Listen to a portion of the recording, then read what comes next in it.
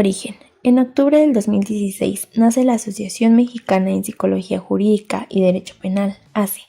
La AMPJIDP se encuentra integrada por un equipo inter y multidisciplinario inmerso en la investigación, capacitación y vinculación ciudadana en temas forenses, penales, prevención delictiva y en las diversas ciencias forenses. Dentro de las áreas de trabajo e intervención se encuentra el apoyo comunitario o apoyo social, la capacitación y actualización profesional e investigación. El eje comunitario y apoyo social se encuentra focalizado en la población, en brindar prevención y atención a personas víctimas de cualquier tipo de violencia. Se enfoca en contribuir en la disminución del riesgo criminal. Se trabaja de forma interinstitucional con diversas organizaciones que brindan atención a la sociedad.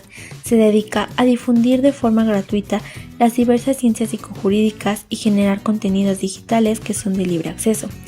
El eje de investigación. Nos enfocamos en analizar, diagnosticar y estudiar casos relacionados con las ciencias sociales, psicojurídicas y del derecho penal, para elaborar propuestas de atención dirigida al ámbito local, regional y público. Hemos realizado investigaciones de corte cuantitativo y cualitativo. En la capacitación y actualización profesional se realizan actividades profesionales tales como cursos, talleres, conferencias, videoconferencias, cibercongresos, entrevistas y todas aquellas actividades pedagógicas que fortalezcan la vinculación ciudadana con el sistema de justicia. Con nuestro eje de capacitación brindamos actualización profesional a estudiantes, servidores públicos, profesionistas, entre muchos más. Hemos capacitado a más de 10 entes privados y públicos y a más de 2.500 personas interesadas en el área. El Instituto de Ciencias Psicojurídicas y Sociales, IPSIJUS, nace en julio del 2020 con el objetivo principal de brindar capacitación a nivel nacional e internacional en conjunto con expertas y expertos en sus áreas. La misión es colaborar en la formación integral de profesionales en el área psicojurídicas y sociales mediante la actualización, especialización y capacitación a través de un servicio educativo nacional e internacional de calidad. La visión es proporcionar una oferta educativa de vanguardia donde sus programas son acreditados y reconocidos por la alta calidad que conllevan. En el Instituto de Ciencias Psicojurídicas y Sociales contamos con cursos, talleres, videoconferencias, diplomados, especialidades y a corto plazo maestrías. Para nosotros es un placer que formes parte de la AMPJIDP e IPSIJUS, así que sean todas y todos bienvenidas y bienvenidos.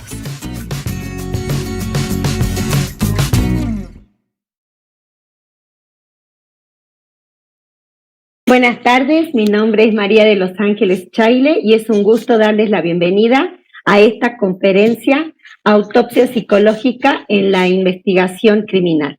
Es un placer para mí recibir y presentar a nuestra docente, la magíster Alma María Segovia Ramírez. Buenas tardes. Buenas tardes, ¿cómo estás? ¿Cómo están todos? Bien, buenas tardes, maestro, procedo a leer su reseña rápidamente. Es licenciada en Psicología y licenciada en Derecho Penal por la Universidad Nacional de Asunción de Paraguay. Cuenta con un magíster en Psicología Clínica y en Neuropsicología Infantil y del Adolescente. Es integrante honoraria de la Asociación Mexicana de Psicología Jurídica y Derecho Penal. Es presidente del campo psicojurídico de capacitación e investigación con sede en Paraguay, así como tutora de diversos libros. En este momento cedo la palabra a nuestro docente, la magíster Alma María Segovia Ramírez. Buenas tardes, ¿cómo están todos? Muchas gracias, María de los Ángeles, por la presentación. Bueno, hoy vamos a tocar un tema muy importante que es la autopsia psicológica, cada vez más requerida en nuestros ámbitos, cada vez también más conocida por los juristas, por los defensores, abogados y fiscales que ya la van tomando en cuenta como una herramienta pericial muy útil y muy necesaria a la hora de esclarecer los hechos. Comenzamos un poco ilustrando aquí, mostrando el libro de la doctora Teresita García, que bien sabemos es pionera en la materia, una de las pioneras, y es también autora de varios libros, entre ellos este que vemos en pantalla, que se denomina Los muertos hablan. Dentro de esta obra de ella de pericia de autopsia psicológica, muy interesante, muy importante también. que les invito a adquirir en algún momento. Pasando a la siguiente, podemos hablar ya de la víctima. La víctima no es únicamente un objeto inanimado, la víctima es un elemento pericial, un elemento de investigación sumamente importante. Por eso es que dentro de su papel, dentro de la investigación, es activa, por más de que estamos hablando de una persona fallecida, por más que estemos hablando de que existe que es una investigación post-mortem, el papel de la víctima es fundamental en esta dinámica del asesinato, por ejemplo, o en la dinámica de esclarecer los hechos que acontecen y que requieren, por supuesto, de esta herramienta pericial. La siguiente.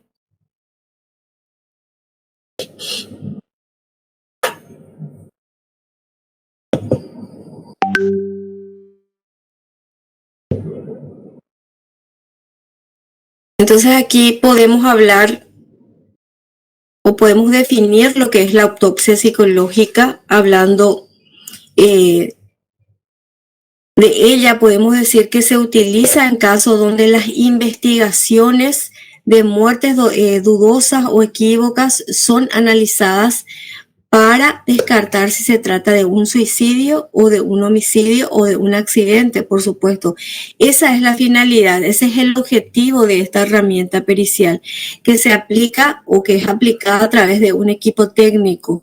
El ente que realice o que cuente con esta herramienta y que desee aplicarla debe contar con un equipo de profesionales, deben tener o contar en su estructura con profesionales de la psicología, profesionales de la medicina, médicos forenses, psicólogos forenses, también pueden haber profesionales de trabajo social, abogados, entre otros, o bien dentro de un equipo de criminalística, por ejemplo, de la policía, en caso de que la Fiscalía o el Ministerio Público no cuente con esos profesionales o no cuente con la totalidad del equipo técnico a integrarse para llevar a cabo una autopsia psicológica.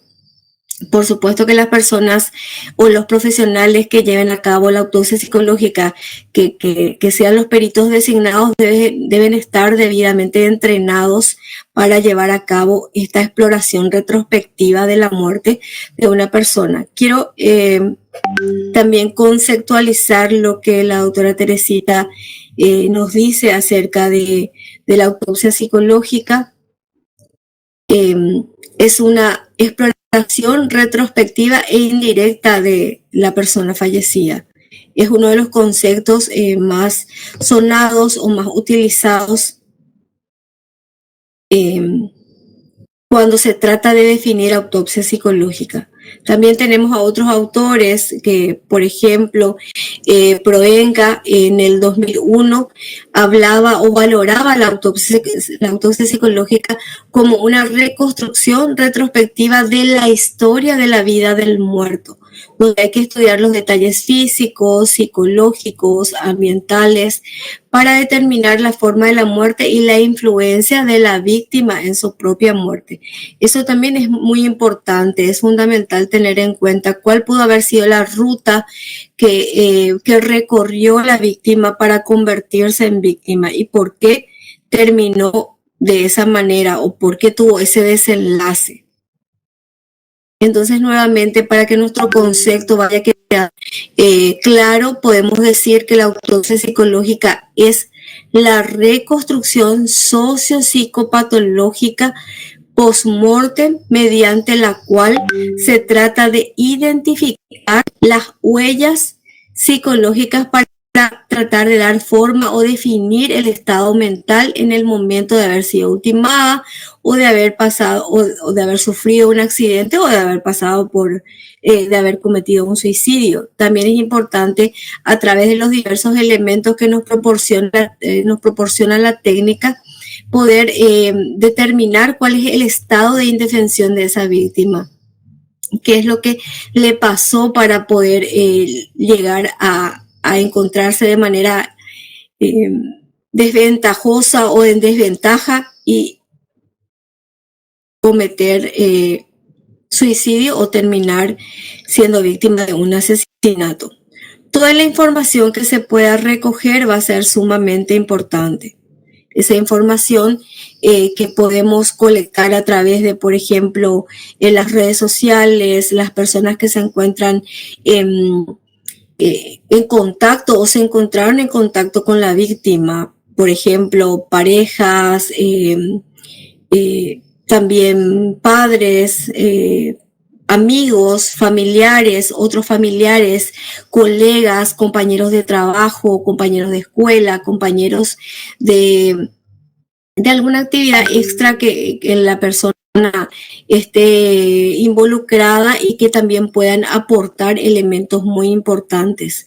También la información se puede recoger de las historias clínicas, de los informes psicológicos previos, de los informes psiquiátricos que la persona tenga o que se tenga acceso, por ejemplo, que se pueda contar con esos elementos para que de esa manera ir analizando todos los componentes o todo lo que haya dejado la persona como evidencia para poder reconstruir justamente su historia y lo que le pasó en este tiempo. Hablamos entonces ya de concepto, que es la autopsia psicológica, cómo se desarrolla en este momento. Vamos a ir viendo un poco el desarrollo de la autopsia psicológica. Es importante que el perito o la persona el profesional que va a realizar la autopsia psicológica, que es designado a realizar la autopsia psicológica, sea notificado, por supuesto, mediante un formulario. Aquí nosotros le llamamos oficio. Puede ser también un acta de designación de perito, podría ser también una notificación del mismo juzgado que lo designa como perito. De hecho, que el juramento se lleva a cabo en muchas legislaciones con el juez o en el despacho del juez, es el quien admite al perito para poder actuar en la causa. Pero también, si esta herramienta pericial va a ser utilizada por la fiscalía y es la fiscalía la que cuenta con ese equipo de trabajo, la fiscalía es la que mediante un oficio, un formulario o un acta de designación va a convocar a su perito para que realice la pericia. Esta parte, vamos a decirle, de procedimiento es muy importante porque es lo que nos va a dar como peritos la herramienta para poder actuar, porque si no estaríamos inclusive cometiendo una falta, porque si es que nadie nos convoca, ¿cómo estaríamos involucrándonos y dando nuestro informe en el caso? Nos hacen parte a través de ese oficio. La autopsia psicológica, siempre una pregunta obligada es ¿cuánto tiempo mínimamente se requiere para dar un informe psicológico o un informe de autopsia psicológica?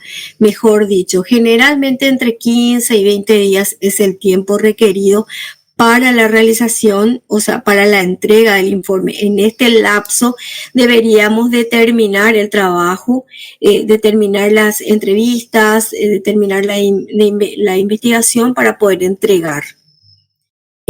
También eso a partir de cuándo, a partir del momento que somos notificados como peritos, a partir del momento en que nos involucramos en la tarea, desde ese momento. Podemos tener también a mano un expediente como parte del trabajo, el expediente del caso, por supuesto, la carpeta fiscal o cualquier otro documento que nos provea esa información necesaria. Ahí vamos a proceder a la revisión del expediente. La finalidad va a ser recabar elementos que nos permitan tener un punto referencial, un punto de partida, de dónde vamos a quiénes vamos a elegir para realizar la entrevista, quiénes podrían ser los potenciales informantes, voy a llamarlo así de esta forma, que nos van a proveer de eso que necesitamos saber para poder realizar el trabajo. También, por supuesto, si no contamos con el expediente tal cual, podríamos tener una carpeta de la fiscalía que ya va nutriéndose de los elementos necesarios para poder llevar a cabo la investigación. Luego también va a ser importante que podamos empezar a coadyuvar con otros profesionales, por ejemplo el médico legista o el médico forense que también haya intervenido en el caso. Muchas veces el médico forense es el primero que tiene contacto con la víctima, que realiza la autopsia médico-legal y luego pasamos nosotros o los peritos a realizar la autopsia psicológica. El expediente siempre debe contener toda la información posible, ¿verdad? Puede también proporcionarnos fotografías, proporcionarnos también otros elementos importantes, el informe de la inspección ocular, si es que se hizo una reconstrucción de los hechos, si es que no logramos o no llegamos a estar en el momento mismo donde se hizo o sea, no pudimos estar directamente en una escena del crimen, podríamos estar luego teniendo acceso a esa inspección ocular que se haya realizado o a la reconstrucción de los hechos, en caso de que no hayamos podido participar de esa escena del crimen. Es un poco a veces difícil formar parte del equipo primario, el que va a realizar el levantamiento del cadáver, el que ya de allí parte, por ejemplo, el cuerpo es llevado a la morgue, es analizado o es llevado a cabo la autopsia médico-legal. A veces no tenemos la participación directa o inmediata en esos procedimientos, lo tenemos después. Es allí donde podemos contar con estas fotografías que mencioné, con el informe ya elaborado del médico legista y también con un informe de la inspección ocular técnica realizada. Esos serían nuestros elementos. A veces estos elementos que menciono, los últimos, lo que consta en el expediente son los más realistas. Es un poco utópico a veces creer que directamente vamos a tener ese acceso y vamos a poder verlo todo y registrarlo todo. Es por eso también la importancia de realizar la autopsia psicológica con otros profesionales que van a ir proveyendo de más informaciones requeridas. Nosotros como profesionales peritos o el perito va a pasar a evaluar la escena también de manera psicológica, va a hacer un reconocimiento del lugar de los hechos a través muchas veces o de la observación, la decodificación de los elementos con el que contamos y va a realizar el análisis por sobre todas las cosas y muy importante el intervictimae, o sea que el camino que recorrió esa persona, el camino que recorrió ese individuo para convertirse en víctima. Tomando en cuenta, por supuesto, factores predisponentes, preparantes y desencadenantes, los cuales incrementan el riesgo de la persona en ser víctima o lo vuelven más victimizable. Entonces, este aspecto es sumamente importante. Vuelvo a repetir, los predisponentes, los preparantes y los desencadenantes que de alguna manera lo ubicaron en ese papel de víctima. Por eso que el estudio de la victimología también va a ser muy importante para ayudar a tener una visión más clara de lo que se quiere obtener o de lo que se está buscando y de lo que se está haciendo también al momento de llevar a cabo una autopsia psicológica. Dentro del mismo desarrollo seguimos con, por ejemplo, la elaboración y comprobación de las hipótesis. Debemos partir de una hipótesis.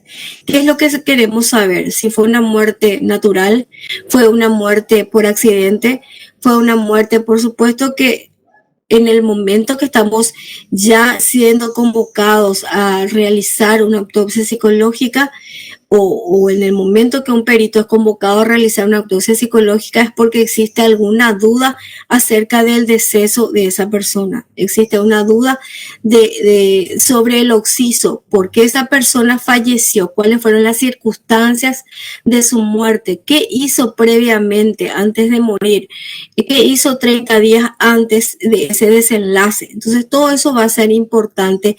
Vamos a ir esclareciendo la autopsia, o se va a ir esclareciendo la hipótesis, y con ese esclarecimiento de la hipótesis se va a marcar la ruta de trabajo también.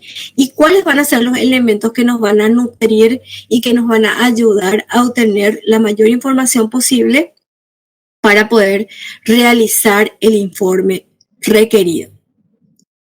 Dentro de esta elaboración y comprobación de hipótesis, entraremos a definir la asistencia a la reconstrucción del lugar de los hechos que ejecutó el personal de criminalística. O sea, el personal de criminalística estuvo ahí, tuvo acceso, realizó algún informe. Ese mismo informe es lo que vamos a evaluar, vamos a estudiar y vamos a analizar. O lo va a hacer el perito, ¿verdad? En caso de que nosotros estemos de alguna manera acompañando el trabajo del perito, también vamos a tener en cuenta que debe ir pasando por estos procesos y debe ir desarrollando los pasos requeridos. Luego ya se entraría en un siguiente punto, que sería la entrevista a familiares y amistades de la persona fallecida. Necesitamos conocer su estilo de vida, su relacionamiento familiar, con quién se llevaba bien, con quién se llevaba mal, qué frecuentaba, qué lugares frecuentaba, qué hacía, qué actividades sociales tenía, qué trabajo realizaba. O sea, todo lo que nos interesa a nivel sociodemográfico de esa persona vamos a ir recolectando por medio de la aplicación del MAPI. ¿Qué es el MAPI? Es el modelo de autopsia psicológica integrada. Entonces, el MAPI vamos a usar con los familiares, con los amigos, con los compañeros de trabajo, y podemos tener un número X de entrevistas. Pueden ser 10 personas, 20 personas, y luego vamos a ir reduciendo de acuerdo a la pertinencia y a la información que nos proveen estas personas. Dentro de los datos de la exploración, voy mostrándoles también, a ver, es el siguiente. Ahí tenemos el lugar de los hechos, donde la descripción del informe de inspección técnica ocular debería constar esto: el lugar de los hechos, las fotografías, el propio informe que debe ir detallando todo lo que sucedió, la reconstrucción, si es que se realizó la misma, ¿verdad? En muchos casos o en algunos casos no se llega a contar con esa reconstrucción. Se debería, pero muchas veces se perdieron elementos si es que transcurrió mucho tiempo, si no se hizo de manera inmediata, se perdieron testigos, se perdieron muchas cosas que pudieron haber ayudado a esa reconstrucción. Puede llegarse, si hay un sospechoso, se puede contar también con la versión de esa persona que es sospechada, o si es que ya fue identificada la persona, en caso de que se quiera realmente determinar cuál es la responsabilidad de esta persona en la muerte y cuál es la responsabilidad también de la propia víctima en la muerte. Por eso es que hablábamos en la anterior diapositiva de ese camino que recorre la víctima para convertirse en víctima. ¿Qué es lo que le hizo convertirse en víctima? Pasaríamos a detallar la historia personal, familiar y social, las entrevistas a los seres cercanos de la persona occisa, los datos de interés en las exploraciones, por ejemplo, las características, como ya les mencioné, sociodemográficas, criminogénesis también, o sea que nuevamente estos factores predisponentes, preparantes, desencadenantes, que le predispuso, que le preparó y que finalmente desencadenó el hecho. Es una tarea muy minuciosa, es una tarea muy meticulosa también, porque hay que tener en cuenta muchos factores. Entre ellos también hay que poder filtrar qué datos nos van a servir o qué personas nos van a ser útiles al momento de entrevistarlas y con qué entrevista nos quedamos finalmente, ¿verdad? Eso es importante ir determinando. Por eso es que es un trabajo muy minucioso, muy meticuloso, es por supuesto metódico. El MAPI justamente nos da esa posibilidad de hacer un instrumento estandarizado, un instrumento que trata de que exista el menor sesgo posible. Luego seguimos durante la recolección de datos teniendo en cuenta las características psicológicas de la occisa, sus rasgos de personalidad. También vamos a realizar un perfil psicopatológico donde se tendrán en cuenta aspectos como por ejemplo el género, la edad, el grupo racial, la escolaridad, la ocupación, las creencias religiosas, el estado conyugal, los hábitos tóxicos si los hubiere, antecedentes penales si los hubiere, antecedentes también de algún conflicto judicial, si es que existía algún conflicto dentro de su esfera familiar, laboral, etcétera, ¿verdad? Donde es o también de pareja, por supuesto, si hay hechos de violencia previos, hechos de violencia dirigidas a la propia víctima o que la víctima haya ejercido esa violencia contra otras personas y por qué. Si es que también cuenta con algún antecedente judicial, como les decía, si es que estuvo de alguna manera involucrado en algún asunto judicial. Entonces aquí las conclusiones de una autopsia psicológica van a depender de cada caso. Cada caso va a responder o va a tratar de responder en la conclusión sobre esa hipótesis elegida, sobre la hipótesis seleccionada y sobre la hipótesis que será corroborada. Todo esto va a ser según el direccionamiento que condujo la propia investigación o la propia recolección de esa información. Entonces aquí nuevamente para tener un poco claros estos puntos de nuestra o de la hipótesis a tener en cuenta, por ejemplo, suicidio. Lo que se tratará de determinar aquí es la presencia o la ausencia de un estado presuicida, el ajuste de sus características sociopsicológicas para ir determinando si es que existía o no un perfil de riesgo. Aquí es muy importante tener en cuenta que pudo haber dejado la persona una carta, una nota, haber escrito en alguna de sus redes sociales, haber dejado alguna nota de despedida en su computadora, en su notebook, en su laptop, en algún medio del cual utilizaba para poderse comunicar o para estar dentro de estar informado. Entonces todo eso se va a analizar, se va a tener en cuenta si dejó algo, si existía o no esa conducta presuicida, por supuesto, previo a lo acontecido. En el caso de un homicidio, el diagnóstico nosológico de personalidad, su tipología victimal, que justamente es aquí otra vez donde se hace énfasis a ese camino recorrido de la víctima para convertirse en víctima, si tuvo o no alguna injerencia, alguna influencia en su propia muerte, si este homicidio da pie a una posible inimputabilidad, por ejemplo, en algún caso de que la persona que haya cometido el hecho no se encontraba o no se determinaba conforme a la ley, por ejemplo, también. Si poseía o carecía de esa capacidad de querer entender y el momento de su muerte, de comprender realmente qué es lo que qué le estaba pasando o qué le podía pasar. Aquí también es importante poder determinar si si estuvo esa persona en un estado de indefensión.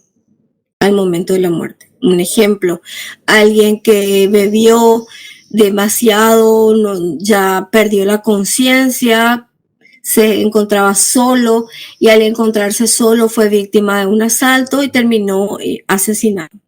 Podría ser un ejemplo de que esa persona de alguna forma se encontraba en un estado de indefensión y ese estado de indefensión lo predispuso a ser asesinado. Luego pasamos a las fuentes de información. Esto es lo que estaba diciendo hace un momento. Aquí vamos a pasar a las fuentes de información personales. Sería lo relacionado a la información proporcionada por la pareja, los amigos, los compañeros, los médicos, alguna persona algún profesional de salud que lo haya tratado, alguien que haya tenido relación con la víctima o que de alguna manera estas personas estuvieron presentes al momento de la muerte. Puede ser también que la persona haya muerto de manera accidental en una gresca callejera donde existan testigos y que haya golpeado primero a su agresor y luego este agresor haya reaccionado y le haya, por ejemplo, clavado con un cuchillo o le haya disparado en ese momento para defenderse, pero terminan uno de los dos muertos y en presencia de personas que pudieron o que serían los testigos de ese caso.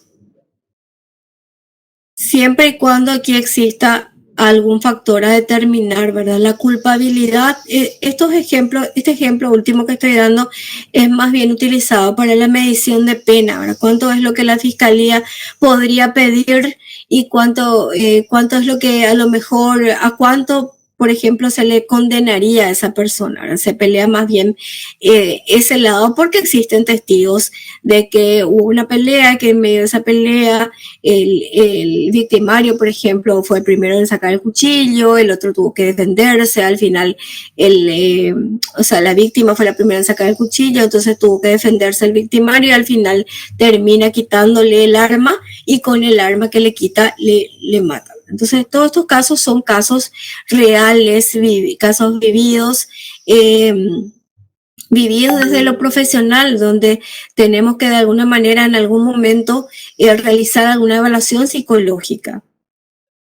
Y esa evaluación psicológica lleva a veces pasos similares a los de la autopsia, como por ejemplo la lectura de un expediente y en la lectura del expediente encontrar estos elementos importantes que al final son los requeridos otra vez o por la fiscalía o por el juzgado según el proceso de investigación en el que se encuentra el caso. Las documentales, las notas, las cartas, los diarios, los escritos a mano, algún pedazo de papel en el que haya escrito algo, algún grabado, los ordenadores que ya les había dicho, cualquiera de ellos que se ha utilizado y que pueda ser útil, por supuesto, que pueda ir revelando esos sentimientos, esos pensamientos con respecto a la muerte o la posibilidad de un suicidio. Todo eso se va analizando. También tenemos estas documentales formales que serían, por ejemplo, los informes médicos, las cuentas bancarias, los documentos de los últimos negocios, antecedentes policiales que ya les había dicho, la inspección también o el informe de la autopsia médica en el caso que se cuente que, por supuesto, es una obligación de la fiscalía realizar la autopsia médico-legal. En la mayoría de las legislaciones que al menos yo tengo conocimiento es así. En caso de no existir un médico forense, lo tiene que hacer un médico de algún hospital que tenga idoneidad. Al menos nuestro Código Penal tiene muy claro ese aspecto. La escena de la muerte también, procurar esa información de las características del lugar donde ocurrió el fallecimiento, constituye una fuente muy importante sobre los medios utilizados, las características de la víctima y las circunstancias de la muerte, que es lo que ya les había comentado. Muchas veces esto último que les mencioné sobre la escena de la muerte, solamente podemos tener acceso o constatar algunos datos a través del expediente o de los documentos que nos provean. no siempre se puede participar de manera directa en ese levantamiento que se realiza en el momento del suceso de la escena del crimen, por ejemplo. En cuanto a las áreas de evaluación, en esta parte se presentan algunas variables e instrumentos de registro que se pueden utilizar. ¿Cuáles pueden ser en caso de las muertes equívocas? Y se busca establecer esas características de la víctima, las circunstancias de la muerte, las áreas que se pueden evaluar corresponden, por ejemplo, a las variables relacionadas con la intencionalidad o de autoinfligirse daño, por ejemplo, en caso de personas que ya tengan algunos antecedentes de haber intentado hacerse daño.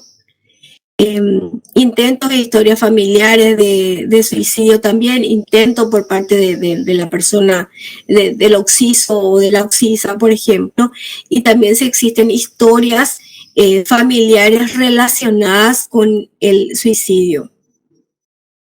También es muy importante tener claro si es que tanto algún profesional tratante, algún profesional que en alguna circunstancia, en un momento de la vida de la persona fallecida, la haya evaluado y haya encontrado que hay alteraciones del estado de ánimo. Muchas veces no se llega a obtener esos datos con exactitud o no se llega a contar, mejor dicho, con esos datos, y quienes proveen la información de las alteraciones del estado de ánimo son las personas que estaban cerca del fallecido o de la fallecida. Ahora son los que dicen, bueno, hace una semana atrás empezó a decaer, empezó a sentirse mal, empezó a no querer bañarse, a no querer salir de la cama, a aislarse, etcétera. Entonces nos van proveyendo estas personas esos datos cuando no se cuenta con un historial médico. De hecho, que aunque se cuente con un historial médico, un historial psicológico, igual las personas entrevistadas,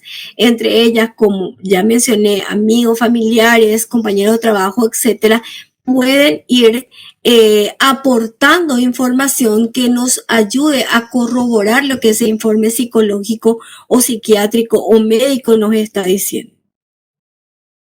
Si había o no estrategias de afrontamiento también. Gran parte de esta investigación va a estar enfocada, por ejemplo, en casos de suicidio, cuando la duda esté relacionada con que la causa de muerte haya sido un suicidio. Son muchas las áreas, a veces parece así un poco confuso porque es amplio y hay que ir esto desmenuzando, y una vez que se va desmenuzando y uno está dentro del caso es donde puede ir direccionando la investigación hacia donde cree que va a encontrar elementos para poder llegar a una conclusión, que es lo que necesita, por supuesto, el jurista, el abogado, el defensor, el fiscal. La autopsia psicológica puede ser utilizada en el ámbito penal, en el ámbito civil también. En los casos en la parte penal es, por ejemplo, lo que habíamos dicho, los homicidios. En el caso civil sería, por ejemplo, en cuestiones que tengan que ver con testamentos, con herencias, con la capacidad de la víctima para testar, la capacidad de la víctima del occiso, del fallecido, para realmente haber dejado esos bienes a cargo de alguien, si eso es correcto o no, o esa persona se encontraba inhabilitada al momento de su muerte, o si al momento de su muerte deja un testamento y ese testamento es impugnado de alguna manera por algún otro familiar, y donde probablemente se tenga, por ejemplo, una sospecha de que esa persona se haya precipitado la muerte de esa persona. Entonces, dentro de lo civil serían frecuentes las impugnaciones de acciones. Y dentro de lo penal tendríamos todo lo que tenga que ver con justamente algún hecho lesivo contra la vida, contra la integridad de esa persona. Por supuesto que también en una sospecha de algún suicidio inducido, por ejemplo, que parece algo muy poco probable, pero nunca se puede descartar de que haya esa inducción al suicidio. Y ahí es donde se ve la responsabilidad o no de las personas que de alguna manera son sospechadas.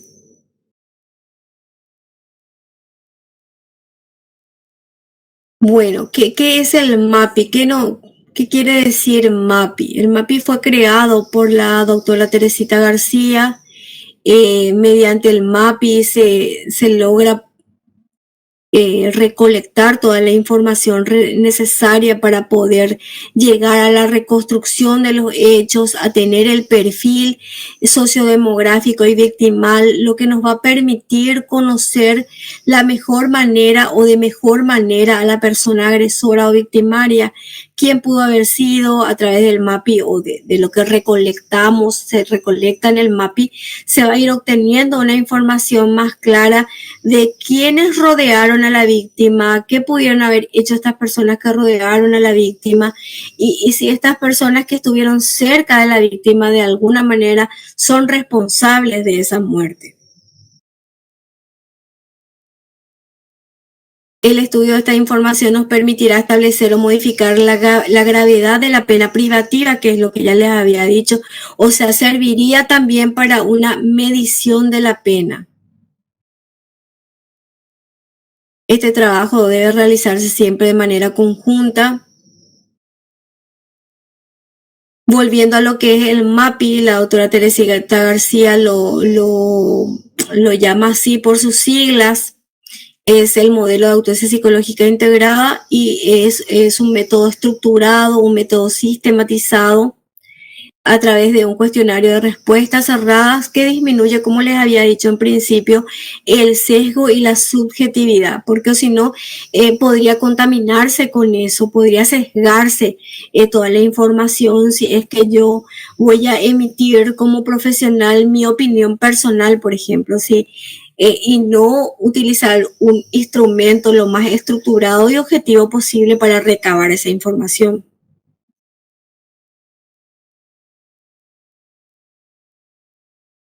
Nuevamente les quiero ir mostrando antes de, como para ir finalizando esta parte, los pasos a seguir. Volviendo un poco a la caracterización retrospectiva indirecta de una persona ya fallecida, que sería el concepto más utilizado por la autora del MAPI. Aquí tenemos los pasos nuevamente que yo ya les había comentado hace unos instantes. La revisión del expediente, la inspección del lugar del hecho, realizado muchas veces a través de fotografías o de los elementos con que se cuente para poder analizar algún informe de esa inspección ocular o del levantamiento de criminalística realizado en la escena del crimen o del suceso.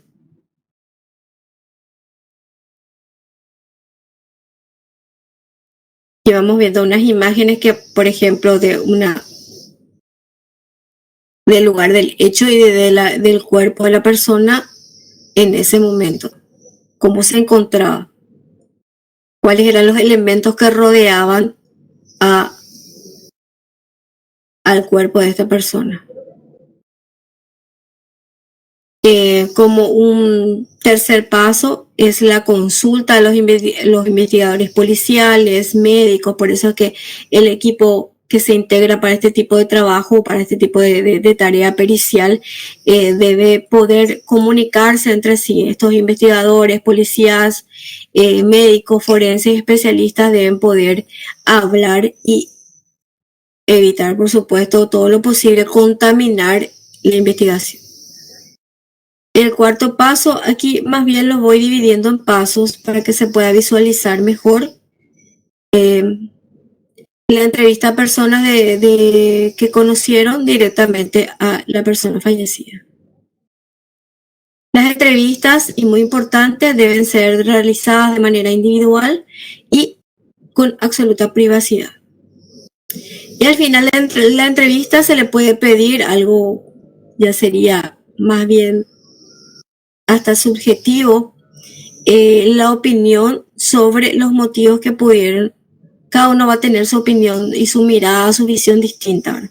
Entonces, es como para cerrar la parte de las entrevistas, preguntarle a la persona que estamos entrevistando o que se está entrevistando qué cree o cuál es su opinión acerca del hecho que está siendo investigado y cuál es la valoración que le da, ¿verdad? Qué es lo que piensa de lo ocurrido.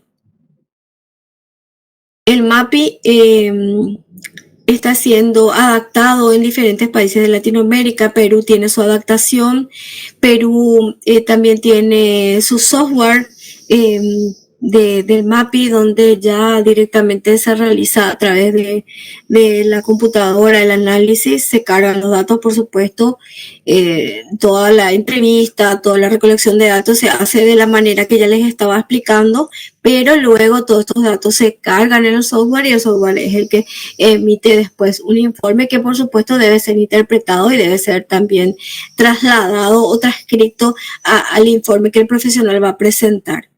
La autopsia psicológica, entonces, no se realiza en niños ni en adolescentes y tampoco en casos de personas desaparecidas. Porque si está desaparecido todavía no puede ser declarado muerto, justamente por su condición de desaparecido. El MAPI, nuevamente les digo, es totalmente estructurado, sistematizado en el caso del Perú, automatizado con el software que les decía, elimina ese sesgo del evaluador, porque todo lo que vamos a ir cargando, por supuesto, la herramienta nos va a dar esos datos confiables.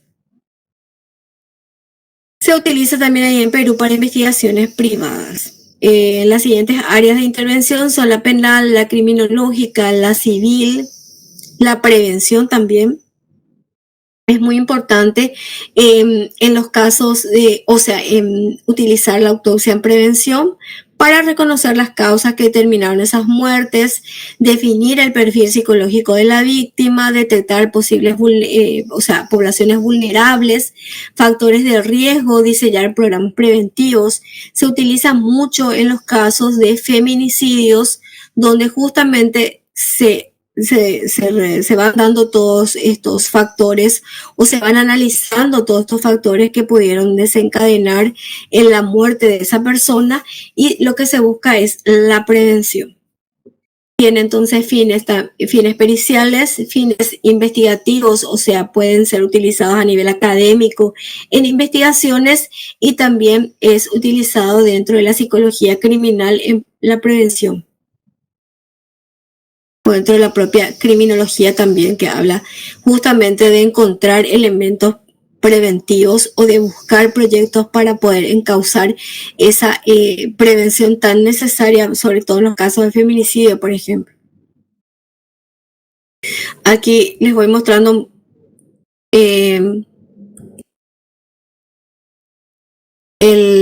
protocolo utilizado, el MAPI adaptado en Perú. También lo tenemos adaptado en Uruguay, y próximamente Paraguay va a realizar la adaptación. Estamos en ese proceso. Es un proyecto ambicioso que queremos llevar a cabo para que Paraguay también tenga su adaptación. Contaremos para ello con la supervisión y el seguimiento de la doctora Teresita García, para que el trabajo pueda ser tenga ese respaldo y esa validez necesaria para poderlo lanzar, y también que forme parte de los trabajos de investigación a nivel de Latinoamérica sobre autopsia psicológica.